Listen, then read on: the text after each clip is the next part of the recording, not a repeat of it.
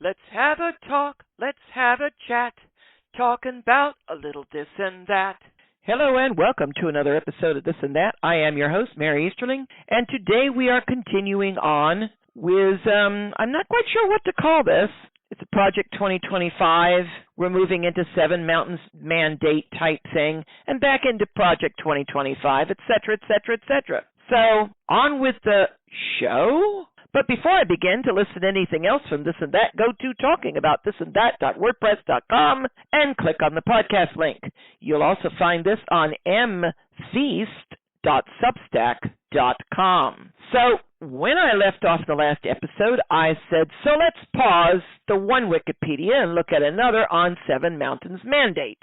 Straight from Wikipedia, and thus I'm quoting my source. Besides which, it's better written. I'm not putting these up as articles. I mean, seriously. The Seven Mountains Mandate, also Seven Mountains Mandate, 7M, 7MM, or Seven Mountains Dominionism, is a dominionist conservative Christian ideology within evangelical Christianity, particularly independent charismatic group. It holds that there are 7 aspects of society that believers seek to dominate: family, religion, education, media, arts, and entertainment, business, and government. Arts and entertainment are clumped. So media and media, or rather the news and the programs, the news and shows. I would say family, religion, education, newscast or journalism, and our shows, what we watch, the movies, the TVs, the literature, etc. That sort of thing. Right, that's the idea. Now, note that one of those quote-unquote mountains is the United States government. To dominate it or take it over, to indoctrinate the religion into education. And right there is why we don't want the DOE, Department of Education, running. DOE is a secular education and not a privatized, monetary-based force feed of a particular ideology of what the written word tells us. You know, because they're going someplace with this. It was actually said on a YouTube broadcast by Mary Trump, the niece of the president, that POTUS was reared on the prosperity gospel, that the sign of God's favor was the monetary blessing, and that people simply gave to you because that indicated his divine favor on your life. We have this law of attraction, which is a form of witchcraft, and a law of reciprocity that states that to the amount you pour out, even when you can't afford it, is to the amount you will also be blessed back in return. Now, full stop, because that second one is kind of true. To the generous person, there is generosity given. The premise there from God's angle is, if you're going to be a generous person, and I make sure you are generously supplied, you'll always be able to be a generous person. I mean, that's a circular logic, but it works. However, the way they're using it, they're not that generous. Sorry. They're just not that generous. Yet it paints God in a particular palette of color that is not necessarily true. For many of these things have conditions. One is that it is his faith in operation and his will in action. And much of this is neither. Through their churches, these people have dominated their families, and now, through the many moves to control freedom of speech, they seek to control what we say, and the data center craze with Palantir and others is to be able to remotely monitor you for private speech that is, quote-unquote, unbecoming of the ideology, and thus unlawful and maybe even hateful or, quote-unquote, anti-American. In that, POTUS believes the prosperity gospel and his spiritual advisor is the poster girl for the movement, shows us the actual ideology that is being framed here. For when the politic is favoring the money-making corporation and then side benefiting from it, this is the true theology. Now, it also wants to dominate the media.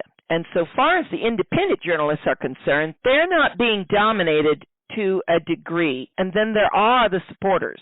So you have some that are like, this ain't cool. And then some that are like, yeah, Trump, he's our man. If he can't do it, no one can. Just saying. But when we come to the mainstream media, this is being dominated, as in we have something called Fox Network, the propaganda media. That's what it's been dubbed now, folks, the propaganda media, or legacy corporate media platform that they have gotten control of.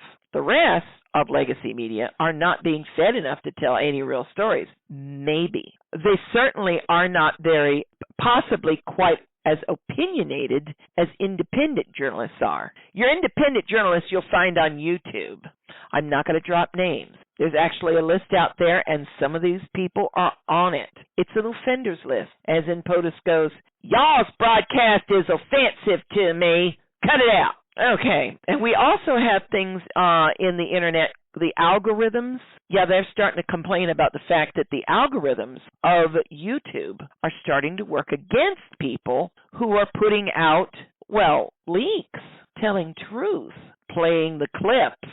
Yeah, buddy. Then there is the Iran war, which is straining the process. Moreover, the big prediction is a blue wave, but the red tide is outpacing the donation cycles as far as I'm concerned and will bury the blue wave in a coat of red paint. That's my prediction. Right now, I'm going to stop here, because right now, according to the independent medias that are looking at the polls, the blue candidates in this upheaval for the House and Senate right now, every 2 years, some part of House and Senate seems to get reelected, like a third or something like that. So there's always seats, which in a bipartisan government means one party or the other with its ideological bents could dominate, and that can lead to legislation going in one direction or another, depending. It depends on who dominates.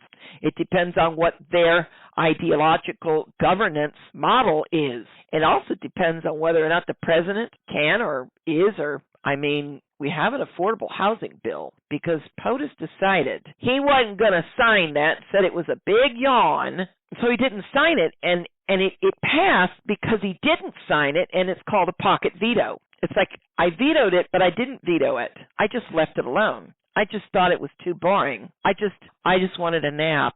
I don't know, but it passed in the pocket veto. It's the tricks of the trade of government for the checking and the balancing of powers, right? So I hope to be dead wrong when I predict a red wave that retakes the Congress by storm. But if we get a so-called blue wave, which one is it?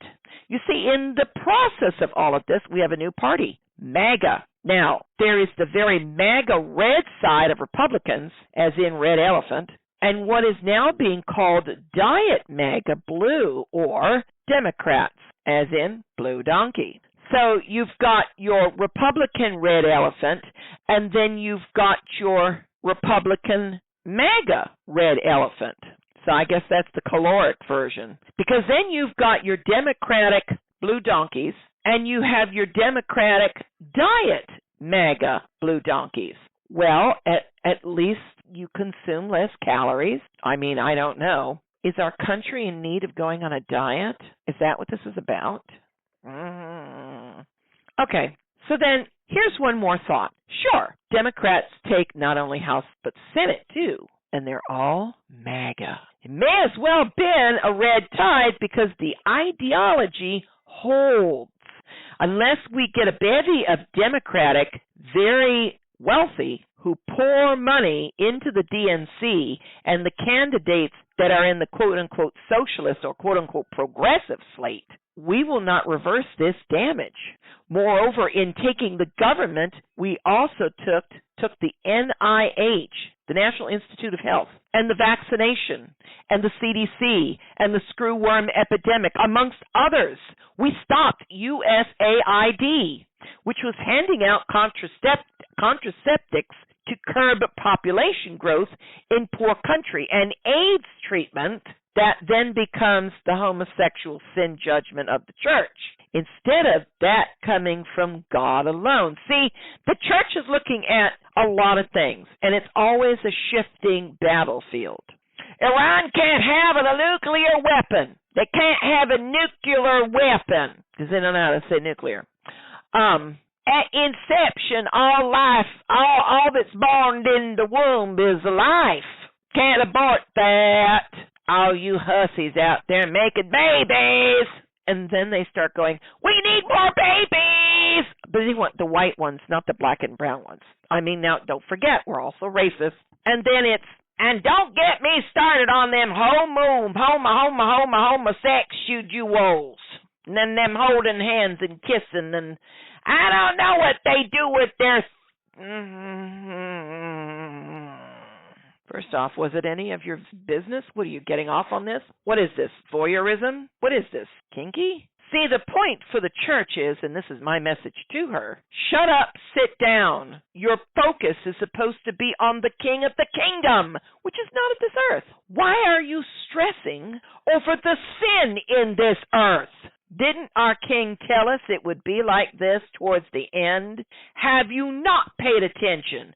No, you're trying to rewrite the last book of the Bible. It's not bad enough that you want to rewrite American history, but you're taking a shot at the last book of the Bible? Oh, yeah, no, bring it. You know, American history can always suffer, and generations can find out the truth later on, and America will just America on. But, honey bunnies, you take crack shots at the written word, and what if there really is a God? Do you think that entity's going to take this lying down? I mean, this is called messing with somebody else's well-laid plans. Somebody who creates universes and grants you the ability to have a heart that goes lub-dub every second. Wow. Okay, sure, no, play with electricity. See how shocking your life gets. Okay, we are using the AI to slowly control the art and entertainment, and it's part of the media alongside prospering big business for the money flow, and right there it gets obvious that Project 2025 was the Seven Mountains Mandate Plan. It's just not being named as thus. So now back to the project. Back to Wikipedia. Project 2025 is based on a controversial interpretation of unitary executive theory, according to which the executive branch is under the president's complete control. Wait, stop right here.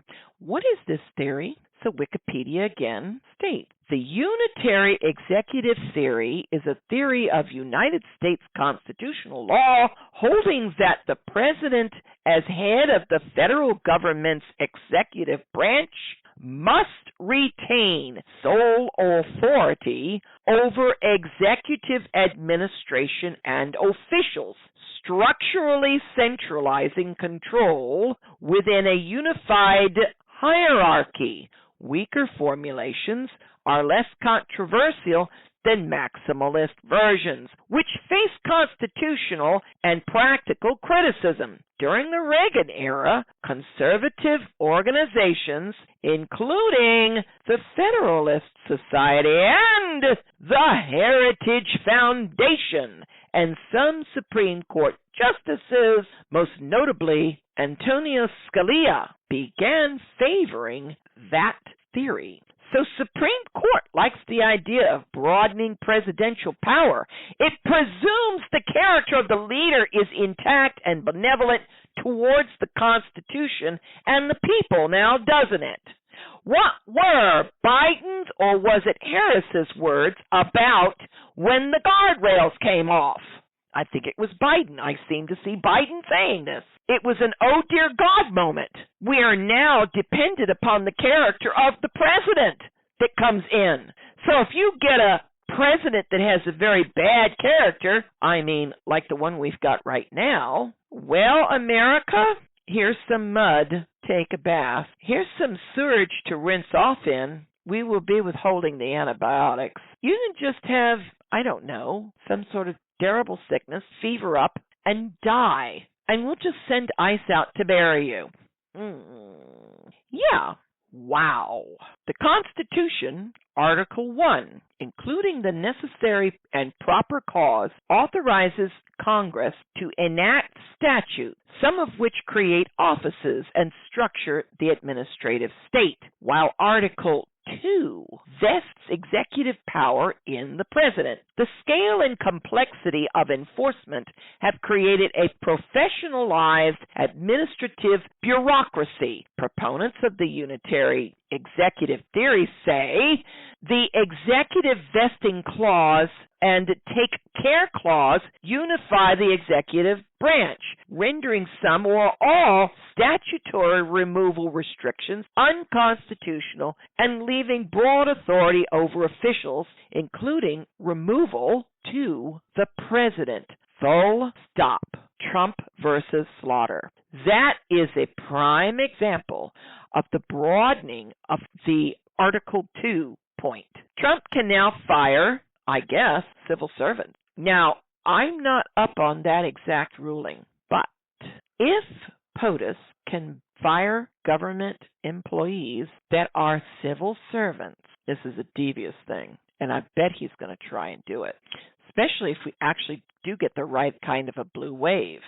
Under the, we're going communism, we need to stop this thing. Are Congress people considered civil servants and sort of employees of the federal government? They may be elected by the states, but once elected, don't they get a paycheck?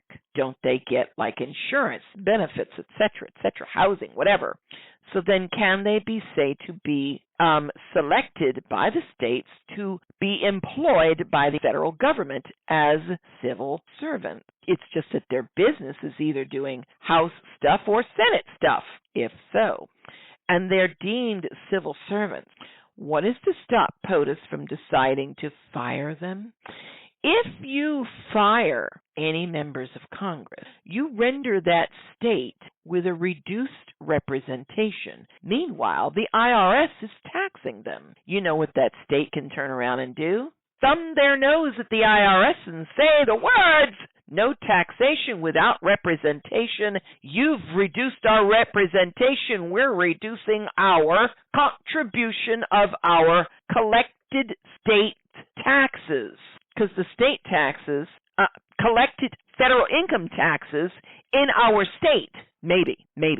Because then otherwise, what is it that the states themselves, other than the people who are paying the federal income tax, what are the states themselves rendering in a tax or in a contribution to the federal government?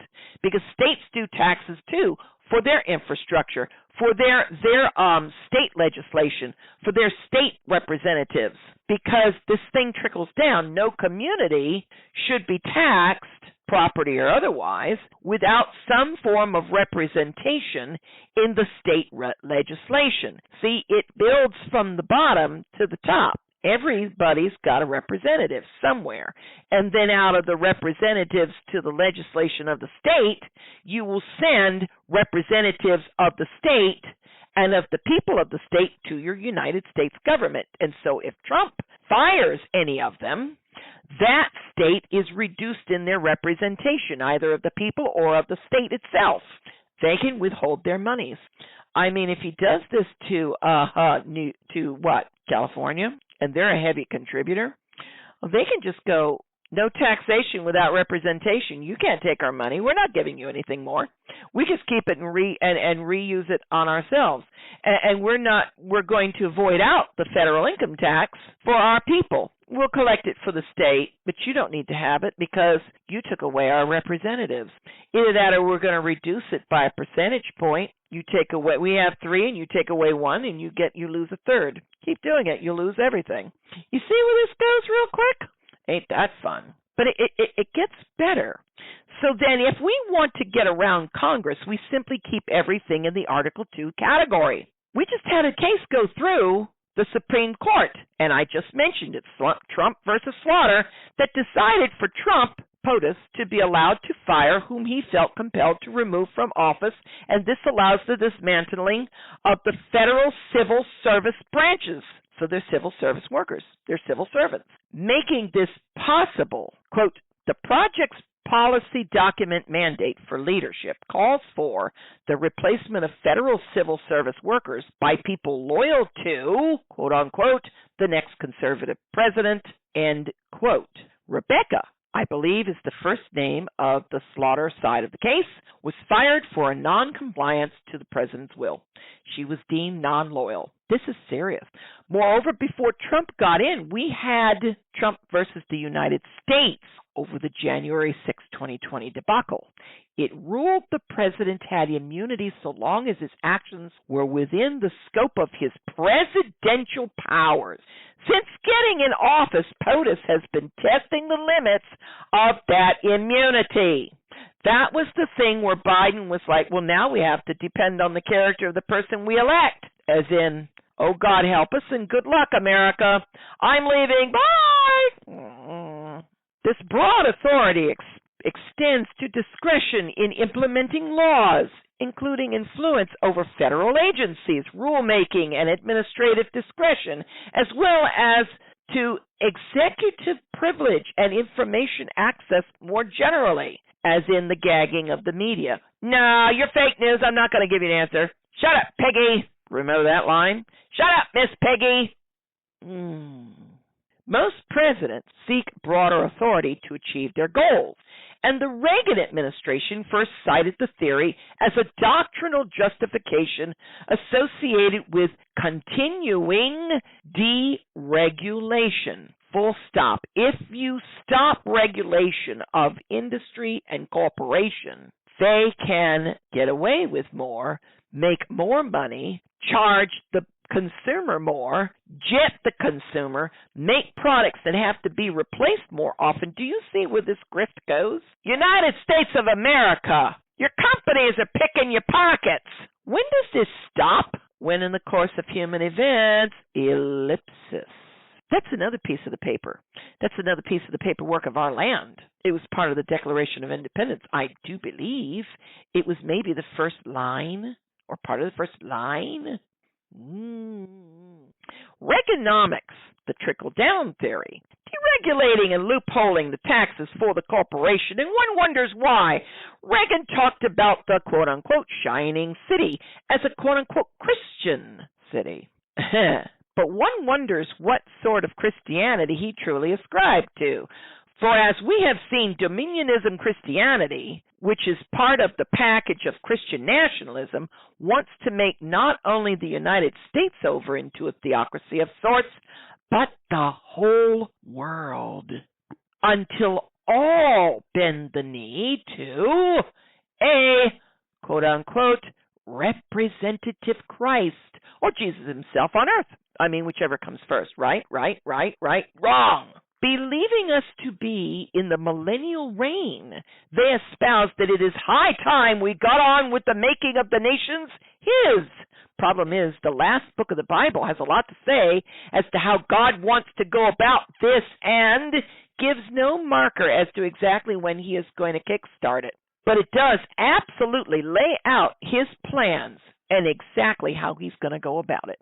Our problem is we just can't picture it. We're either not holy enough, not in tune with the mind of Christ enough, not having the mind of Christ enough, or we just don't, we're just too nice, because nothing in that book is nice. The only thing that's nice is what the Christians get out of it. Removal from the shitstorm before Father takes off his kid gloves and really trashes the planet. That's kind of why we get a new heavens and earth, because the old one has been all but, well, actually is destroyed at the judgment. It's like, and as to this universe, I'm done with this. It's just a mess. Look what man has done to it. New singularity, new expansion, new heavens, new earth. There you go, bing. Have a nice existence, my people.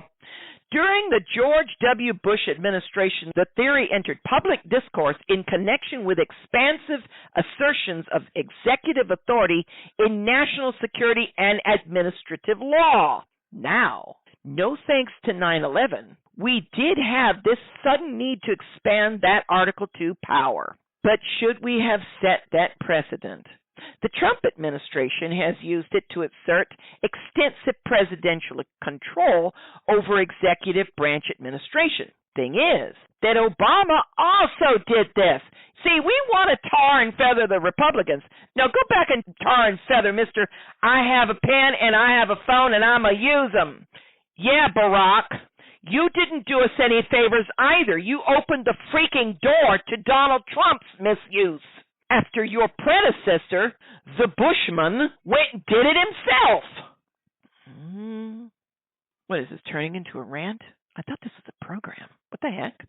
If we recall Obama's apparent famous quote that he had, quote unquote, pen and phone, or executive order powers to do as he desired. One issue that is notable is the increasing partisanship and polarity of Republican and Democratic parties, in that it would appear that Republicans are far more for, quote-unquote, big business and the, quote-unquote, corporation, whereas Democrats are more for the people, as in social safety net and social services. One more thing to note is that Medicare is on the chopping block as unneeded. Let me say that again. As far as the Republicans are concerned, what with our deficit, what with our war, what with our this, what with our grift, Medicare for next year, because they do this to us every year, is slated to either get reduced, gutted, or just discontinued. The one place where they can hurt us is Part D, as in, I needs this medication. Can we get it for cheaper? Oh, God, no. How expensive is this? I guess I'm a die now because I can't afford that pill. I can't afford my insulin injections. I'm objecting to the price of my injections. So I guess my sugar's just going to render me blind, stupid, and dead. Boop! Yeah. I know somebody who's cutting doses right now because she can't afford it either. Wow. And she was a nurse once. Give the people the money and let them negotiate health care. We'll leave them underinsured and in catastrophic straits if the unforeseen occurs. That, by the way, is POTUS's plan for the people's insurance.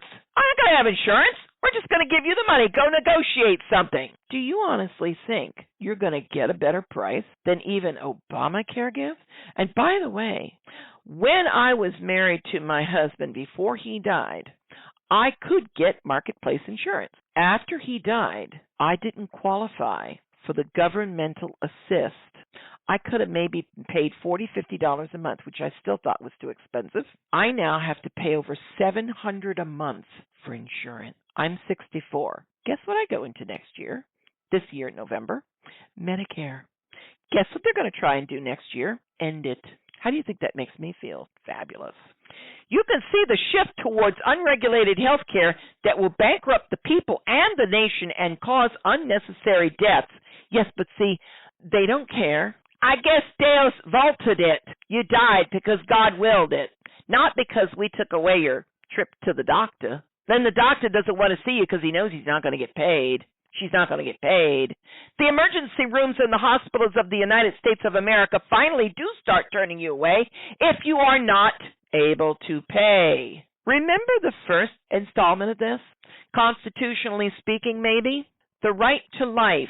Healthcare is a part of life. The right to life is a constitutional right. Healthcare is a part of life. Ergo, can we say that healthcare might also be a part of the right to live? Oh, so then this is more of Wikipedia on unitary executive theory. The theory originated in conservative legal circles like the Federalist Society, and the term dates to the Reagan administration. Rigorous academic inquiry into it has been dominated by legal scholars like Reagan Justice Department attorney Stephen Calabrese, the self-described, quote-unquote, father of the unitary executive. Proponents of a maximalist and unchecked unitary executive have made textualist and historical arguments defending their version of the theory. sparking debate about the structure of presidential power. Critics challenge the theory and its constitutional basis, noting that most democracies better insulate institutions from the chief executive. They warn that it may weaken political accountability and cite democratic backsliding in countries where executive authority is consolidated. In Sheila Law Limited Liability Corp. LLC versus Consumer Financial Protection Bureau 2020. The Roberts Court wrote that, quote, Article 2 vests the entire executive power, quotes, in the president alone and generally includes the power to remove, unquote. The extent of this power remains contested and is shaped by constitutional checks and balances, statute and judiciary precedent, including cases such as Weiner versus United States, 1958. Yes, but in Slaughter versus Trump, we have a new decision. Ha ha!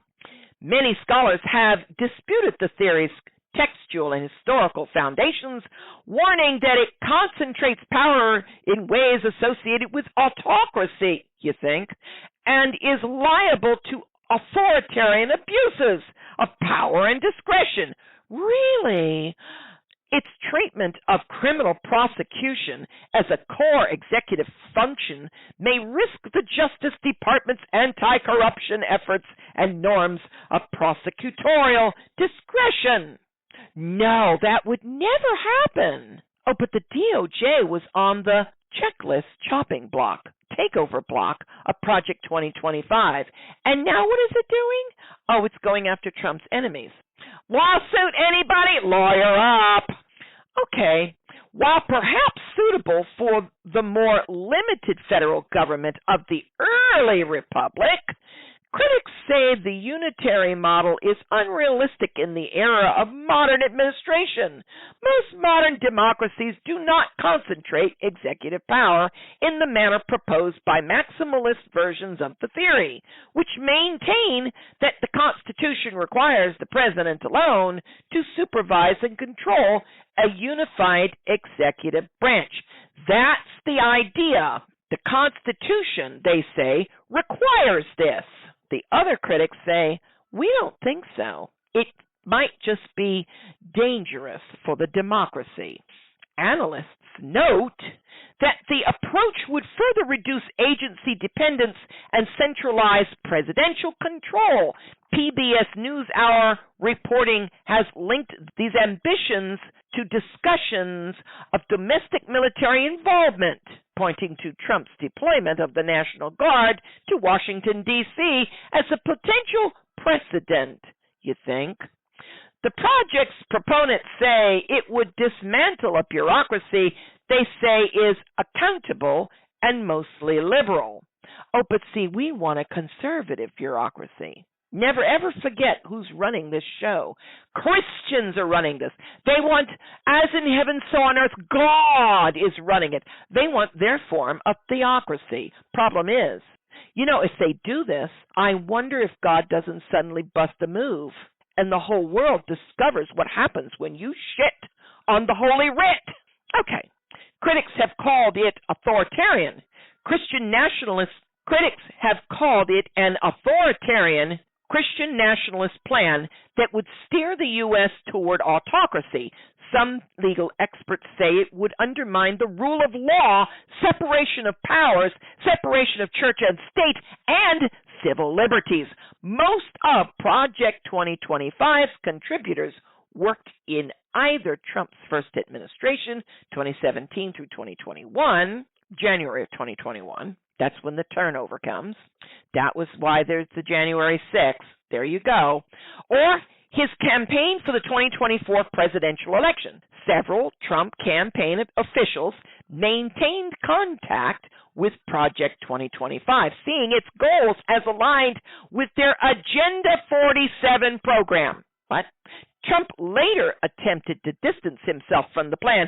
I don't know what they're talking about. After he won the 2024 election, he nominated several of the plan's creators and supporters to positions in his second administration. 4 days into his second term, analysis by Time found that nearly 2/3 of Trump's executive actions, quote unquote, mirror or partially mirror proposals from Project 2025. So now wait, something called Agenda 47 was mentioned here. Now, 47 refers to the 47th President of the United States. So what is that? Well, that could be rather long-winded, so why don't we look into that in our next episode? So, until then.